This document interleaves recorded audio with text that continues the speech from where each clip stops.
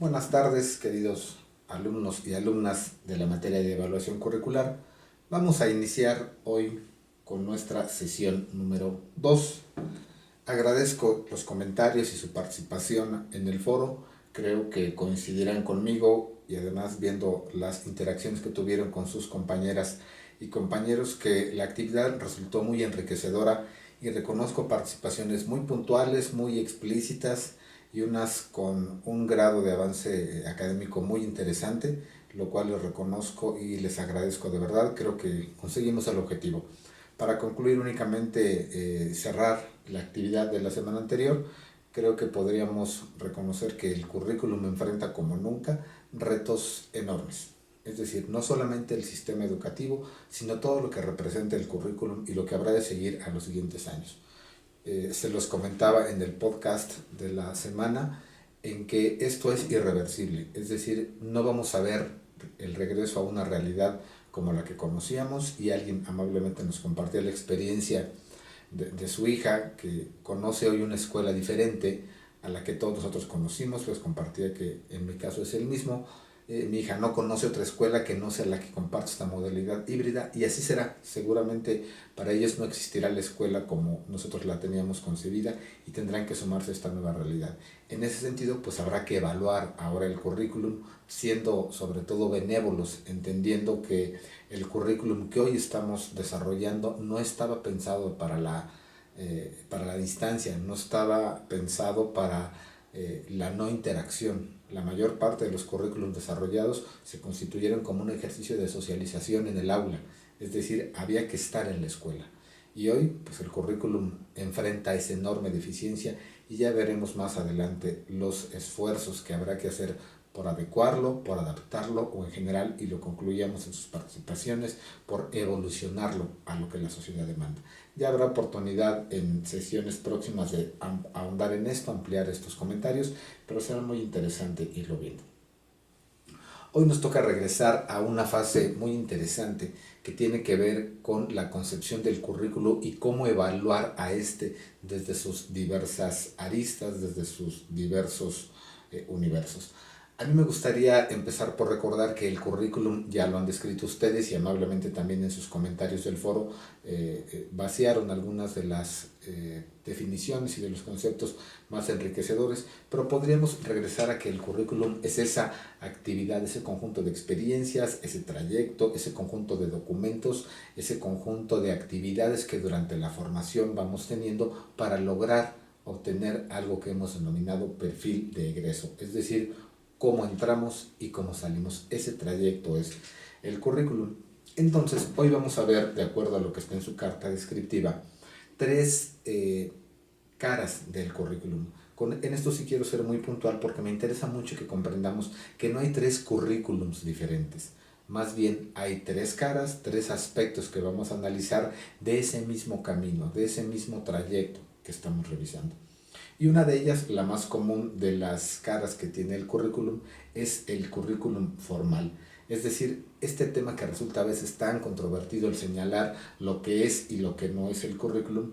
Bueno, pues han señalado ustedes algunas definiciones, y lo que podríamos concluir es que hay tantas definiciones de currículum como personas que lo definen. Sin embargo, hay que hacer aquí una distinción en que hay especialistas de la materia que van por una visión del currículum abierto, es decir, que lo conciben como todo lo que implica el desarrollo de lo que están viviendo los educandos, y hay quien lo ve desde un punto de vista mucho más cerrado, desde un punto de vista más dogmático, más técnico, mucho más estructurado. Las dos posturas son válidas, tanto lo uno como lo otro. Simplemente creo que podemos resumir o buscar un punto ecléctico en estas dos condiciones, y podríamos señalar, hay algunas definiciones que van a encontrar en el texto de esta semana, que podríamos entender que el currículum es la síntesis de los elementos culturales incluidos aquí, conocimientos, valores, costumbres, creencias y hábitos que conforman una propuesta política educativa impulsada por los diversos grupos y sectores sociales, cuyos intereses son diversos y contradictorios, aunque algunos tienden a ser dominantes o hegemónicos y otros tienden a oponerse. Es decir, vemos que el currículum es lo que queremos que los jóvenes aprendan, lo que queremos que los niños aprendan, lo que queremos que las personas en general aprendan. ¿Quién determina lo que se aprende? ¿Quién determina lo que se enseña? Esa es justamente la lucha social del currículum. Pero bueno, vamos a ver que en general de esto podríamos sustraer o extraer algo para nuestra materia, que es el currículum es una construcción social. En esto quiero hacer mucho énfasis porque es justamente en la concepción social del currículum donde podemos entender que el currículum tiene, les digo, dentro de muchas caras, tres que a nosotros en la evaluación curricular nos interesan. La primera de ellas es el currículum formal, que lo tienen en su documento, explicita el saber cultural a transmitirse con varios elementos: la formulación, la codificación y la elaboración correspondiente con una intención didáctica. Es decir, escojo aquellos conocimientos o saberes que voy a poner en mi persona que estoy formando para que al final de su ciclo formativo evidencie que los conoce. Es decir, esto está documentado. El currículum formal tiene las características de estar generalmente escrito, generalmente puesto en elementos materiales. Así pues, podemos entender que el currículum formal de la educación superior constituye todos aquellos planes y programas de estudio, las experiencias de aprendizaje previamente programadas y las actividades fuera de esta que están determinadas y que los estudiantes van a cumplir o han de cumplir para cumplir con su ciclo formativo. Es decir, podemos ver como otra característica del currículum formal que éste tiene tiempos previamente establecidos. Es decir, en el primer semestre de la maestría en educación superior, en el primer trimestre, como es el caso, los alumnos van a llevar 4, 3, 5, 6 materias, dependiendo el modo o la modalidad educativa que estén cursando, y sobre ellas van a repasar este y este conocimiento. Todo se cadena, todo ese árbol que se va desarrollando sobre las materias, qué es lo que van a aprender, cuáles son los contenidos de cada una de las materias, en qué momento los van a llevar, si tiene una seriación. Es muy fácil ejemplificar el currículum formal como, como la experiencia que sucede en los ciclos formativos previos a la educación superior.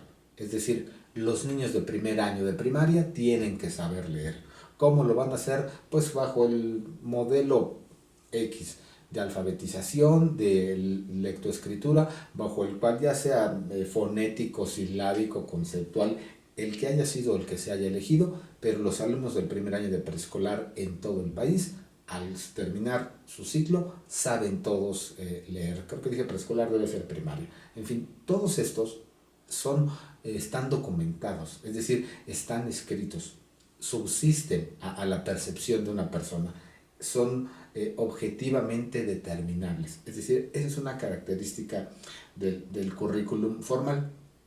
¿Qué hacemos entonces para evaluar el currículum formal, particularmente en el caso de nosotros, en la educación superior? ¿Qué sabemos? ¿Cómo sabemos que esto existe o no existe? Y aquí hay varios temas y tópicos sobre los que podríamos platicar bastante. En primer lugar, la fundamentación de la carrera profesional. Es decir, vamos a ver solamente 4 rubros que son a grandes rasgos los que nos permiten evaluar el alcance de un currículum. Les decía, en primer lugar, la fundamentación de la carrera. Cuando se desarrolla un currículum, el primer paso es, lo vieron ustedes en diseño curricular, fundamentar la carrera. ¿Qué es lo que estoy buscando con formar personas con tal o cual perfil? ¿Satisfacen una necesidad técnica, una necesidad económica, una necesidad social, una combinación de las tres? ¿Cómo es que lo van a hacer? Lo que necesitan requiere de saberes de la educación superior, de la educación media superior, de la educación básica. ¿Qué es lo que requiere? Vamos a revisar al momento de hacer una evaluación de un currículum en el aspecto formal, que esta fundamentación sea la correcta, que corresponda a los parámetros establecidos técnicos y científicos para entender que la fundamentación se basa en premisas fundamentales lógicas que dan el ejercicio de una fundamentación adecuada. Posteriormente, determinar el perfil profesional. Y ahorita, si quieren, podemos poner algún ejemplo. Es decir, ¿qué es lo que esa persona, con ese conocimiento que tiene la sociedad, va a saber hacer cuando termine su formación? Se los pongo en un ejemplo muy, muy simple. Los médicos. Los médicos de formación se determina la fundamentación de la carrera, es decir, es necesario que se preserve la salud de la humanidad. bajo las condiciones particularmente que hoy vivimos, donde hay una cantidad de virus inusitada, de la cual conocemos muy poco, y que hoy están siendo determinantes en el desarrollo de la humanidad, porque los procesos biológico-infecciosos han tenido impactos enormes en la economía, en el desarrollo medioambiental, lo que ustedes quieran. Es decir, logran fundamentar bien la carrera y se determina que lo que se necesita es formar médicos con determinada especialización o con determinado enfoque terminal. Después vamos a ver qué va a saber hacer el médico. Después del trayecto al que lo sometamos, ¿qué queremos que sepa hacer? Bueno, queremos formar médicos especialistas en la atención de enfermedades biológico-infecciosas novedosas, que no hayan sido estudiadas antes y que hoy requieran la investigación expedita, pronta, pero sobre todo la capacidad de atender con prontitud para evitar más muertes. Es decir, fundamentamos en una necesidad y determinamos un perfil. Esos dos son puntos a evaluar cuando revisamos la parte formal del currículum. Hay más cosas. Lo que sucede entre estos dos puntos, entre la fundamentación y el perfil profesional, son la organización y la estructuración curricular. Es decir, ¿por dónde voy a empezar a formar médicos? ¿Qué es lo primero que van a aprender? ¿Qué perfil? Cuando hablamos de perfil profesional, muchas veces esto incluye tanto el de ingreso como el de egreso. Pero al determinar cómo vamos a estructurar esto, voy a empezar con el idioma inglés. ¿Será lo primero que deban aprender los médicos? Voy a empezar con anatomía. Voy a empezar con biología. Voy a empezar con botánica. Voy a empezar con farmacología. Voy a empezar con psicología, con sociología. Es decir, todo este conjunto de ingredientes se tienen que adecuar de alguna manera. Eso es la organización y la estructuración curricular. Si ustedes van a evaluar la parte formal de un currículum de licenciados en medicina y ven que lo primero que tienen puesto en el primer ciclo de formación o la primera competencia es la capacidad de proporcionar fármacos a los pacientes, algo no está funcionando.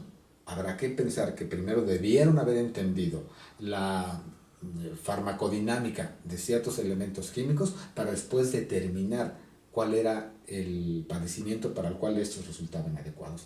Es decir, eso se revisa. Hay parámetros para atender esto, ya sea de lo general a lo particular, dependiendo del modelo, el programa, de lo más a lo menos, de lo complejo a lo simple, de lo simple a lo complejo. Es decir, eso ya hay parámetros para determinar eso y la evaluación curricular en la parte formal toma en cuenta esto. Y además hay algo adicional que se tiene que medir a la hora de revisar el currículum desde la parte formal. Es la manera, la forma en la que se da esta evaluación continua. Es decir, imagínense que estamos formando médicos, y perdón por reiterar en este ejemplo, y nos damos cuenta que los médicos no están cumpliendo con su función. Es decir, que esos médicos novedosos o estos licenciados en medicina moderna que pretendimos formar no cumplen con su formación. ¿En qué momento me doy cuenta que no cumplen? Ya que egresaron de la carrera, ya que tienen un título, ya que no saben atender la enfermedad. Es decir, para lograr una evaluación acertada del currículum, tenemos que prever que hay varias maneras y varios puntos a la hora de evaluar, antes de echarlo a andar, durante su desarrollo, a la mitad de su desarrollo, al final de su desarrollo o conforme se logran emplear los egresados. Hay una serie de puntos en los que el currículum puede y debe ser evaluado y bajo los cuales habremos de determinar en función de lo que estemos buscando. Les pongo otro ejemplo para cerrar un poco esto de los aspectos formales de la evaluación continua del currículum formal. Los programas de seguimiento de egresados. ¿Cómo sabemos nosotros que el currículum que hemos desarrollado, que hoy estamos evaluando, está teniendo los efectos adecuados para satisfacer aquella necesidad social sobre la que se fundamentó? Pues muy simple, vamos a ver dónde trabajan sus egresados. Y aquí ejemplos puede haber muchos, pero pongo el caso de los abogados. Abogados sabemos muchos que tenemos formación jurídica, pero todos en realidad se desempeñan en un área de formación para la que estudiaron. Hubo quien tomó alguna especialidad, hubo quien tiene alguna vertiente. ¿Dónde están? ¿Están satisfaciendo las necesidades sociales de especialistas en normas jurídicas, en aplicación de un régimen legal? Si es así, no es así, ¿en qué se emplean? ¿Cuánto ganan? Esa es otra manera de evaluar el currículum formal. Es decir, ahí sujetamos todo este documento a un conocimiento previamente parametrizado, es decir, con parámetros determinados, en donde podemos saber si se cumplen o no se cumplen. De 100 egresados de la carrera de Derecho de la Universidad fulana, el 90% de ellos tienen trabajo en algo para lo que estudiaron, es decir, en formación legal. Ese currículum es un éxito. Oye, nos estamos dando cuenta que solamente el 10% de los contadores que egresan de esta universidad se están empleando en algo de lo que estudiaron. Algo pasa en el currículum formal y es visible muy probablemente a la hora de revisar la estructuración curricular que este tiene. Quizá el perfil no será adecuado, a veces hasta los nombres de las carreras inciden en el perfil y eso tiene consecuencias.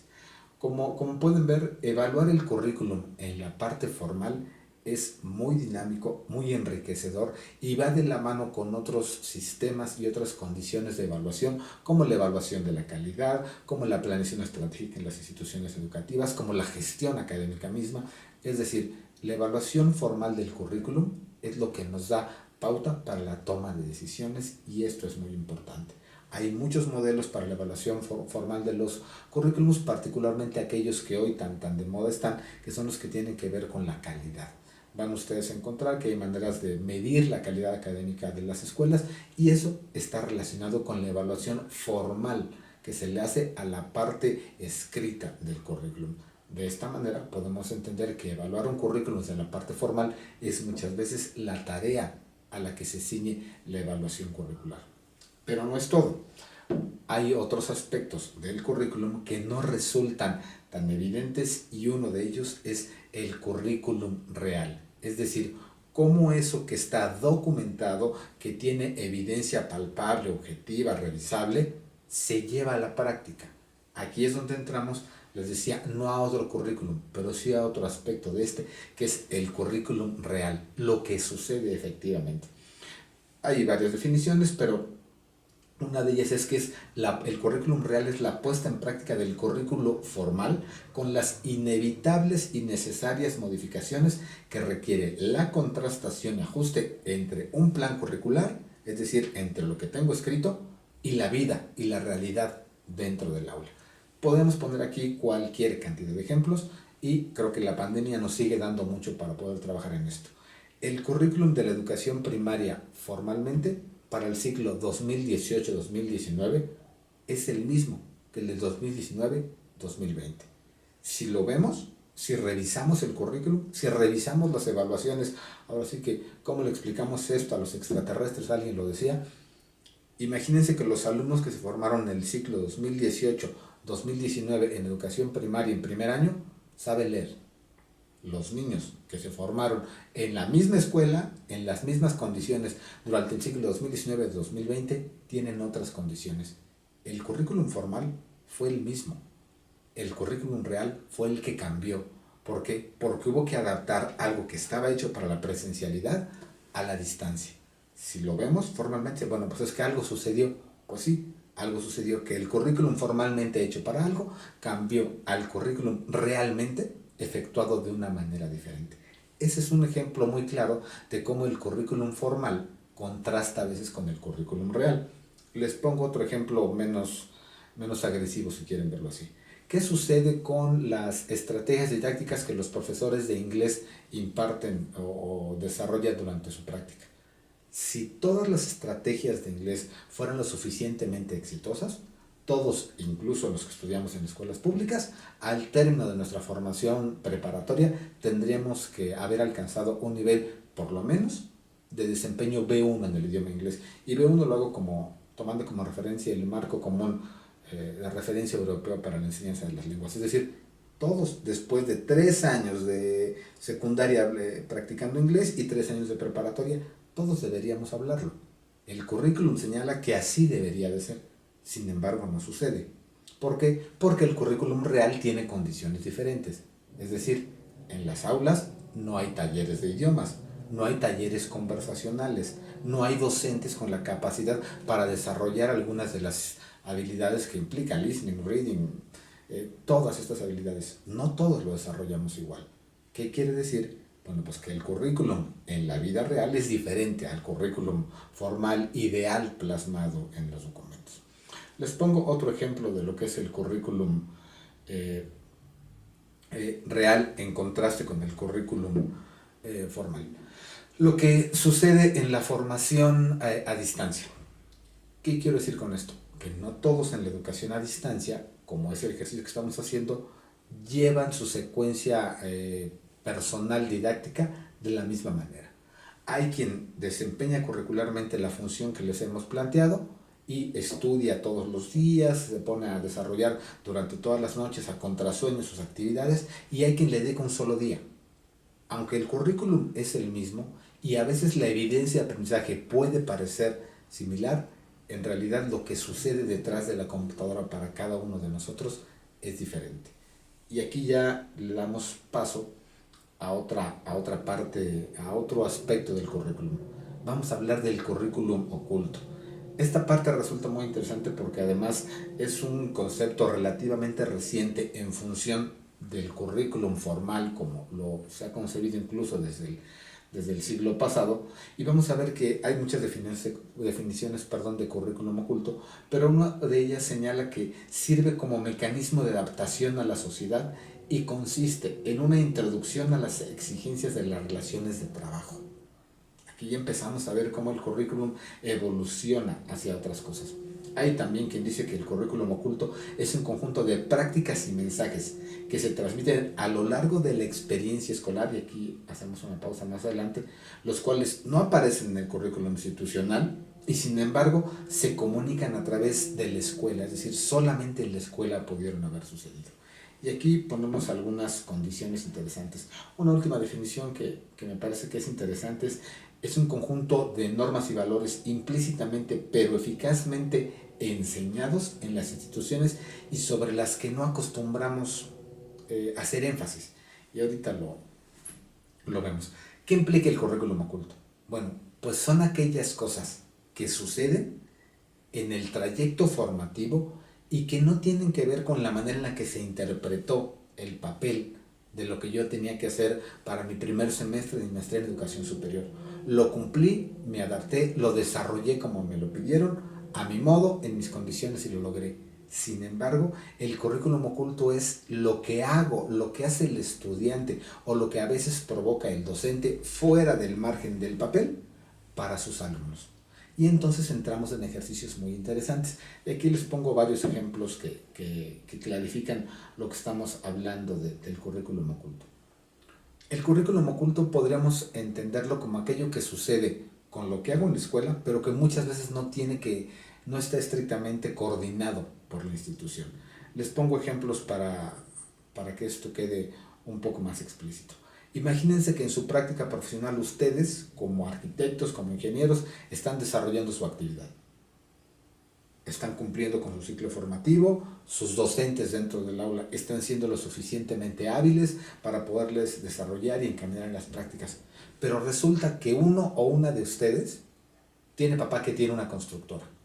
Y entonces todo lo que ve en su espacio formativo, que los maestros le enseñan y la manera en la que interpretan el currículum formal, lo puedo poner en práctica mañana. ¿Por qué? Pues porque se va a la constructora con el papá y entonces regresa y aprende que ser un buen arquitecto o un buen ingeniero en el aspecto de la obra civil, pues implica, además de tener los conocimientos, además de estudiar, lidiar con los albañiles. Y no estoy desdeñando su trabajo, simplemente señalando que tienen una manera de trabajar diferente. Entonces puedo ser el arquitecto, el ingeniero con promedio de 10, haber cumplido perfectamente mi ciclo formativo, y el día que voy a la calle a platicar con los albañiles, me enfrento a la dura realidad. Si durante el inter lo logré desarrollar y fui, pues así que tomando calle, me va a salir muy bien. Y eso no está reñido con el currículum, aunque tampoco está explícito en él. Es decir, no dice en ningún lugar que para ser un buen abogado tengamos que empezar a hacer prácticas en un despacho, para que cuando llegue a pararme frente al juez no me dé miedo. Y sin embargo hay quien lo hace. Esa parte del currículum que a veces es irrepetible, es decir, no todo el mundo se va a sujetar a las mismas condiciones, constituye el currículum oculto. Son esas cosas que pasan y que muchas veces se aderezan con la experiencia, con la vocación o con la situación personal o del alumno que está aprendiendo o del docente, y que acaban incidiendo en el espacio formativo. Es decir, Si alguien tiene la posibilidad de realizar su práctica todos los días y lo hace, seguramente tendrá una formación diferente. Quizá más, quizá menos, no sé. Lo que sí estoy seguro es que será diferente. Quien estudia y practica, quien estudia y no practica.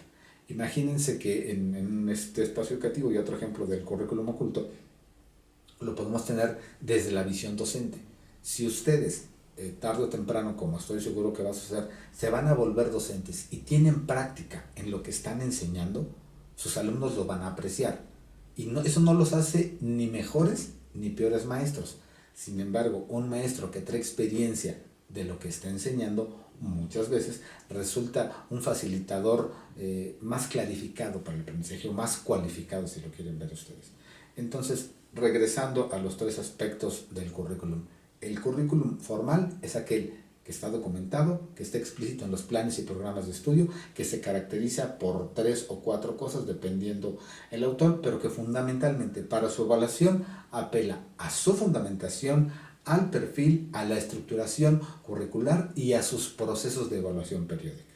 El currículum real es la manera en la que este papel, esta expresión ideal, incluso hasta utópica del aprendizaje, se materializa dentro del aula. Y por último, el aspecto oculto del currículum es qué es lo que hace el alumno o el docente con esa combinación de cosas del papel, del aula y de la experiencia propia, y que al final acaban impactando sobre las personas.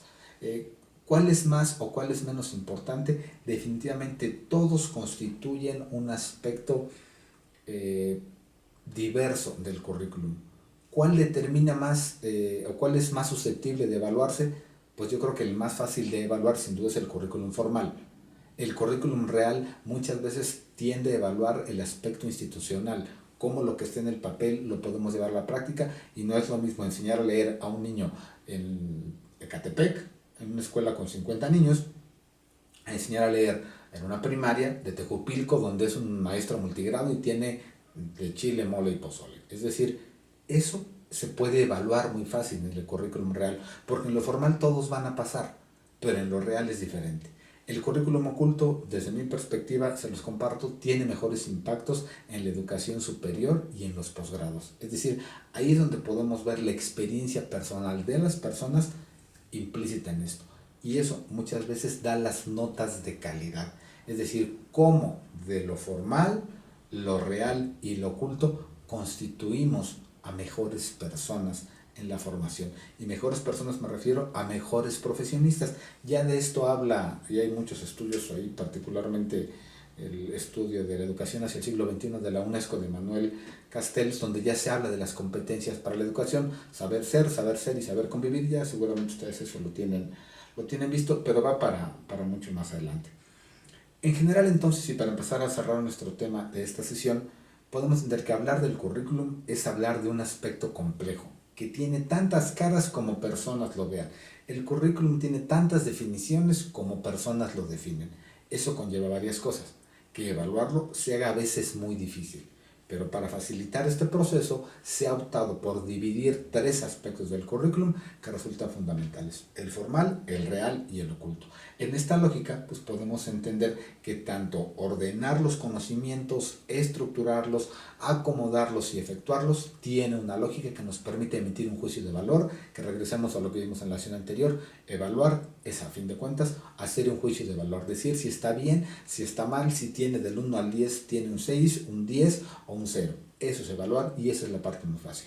Lo otro evalúa aspectos de cómo las personas, incluso la evaluación del currículum real puede ser incluso subjetiva, porque puede atender a la calidad de la manera en la que se efectuó el desarrollo de lo formal, y entonces podemos ver que tenemos evaluaciones personales, evaluaciones institucionales y evaluaciones de otra naturaleza.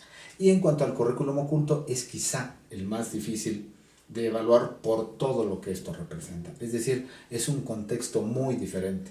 Y para darle continuidad a este cierre, pues yo les plantearía algunas preguntas que no necesito que las documenten, simplemente piensen cómo el currículum formal de cada uno, cada una de ustedes ha cambiado a raíz de esta experiencia de educación en línea.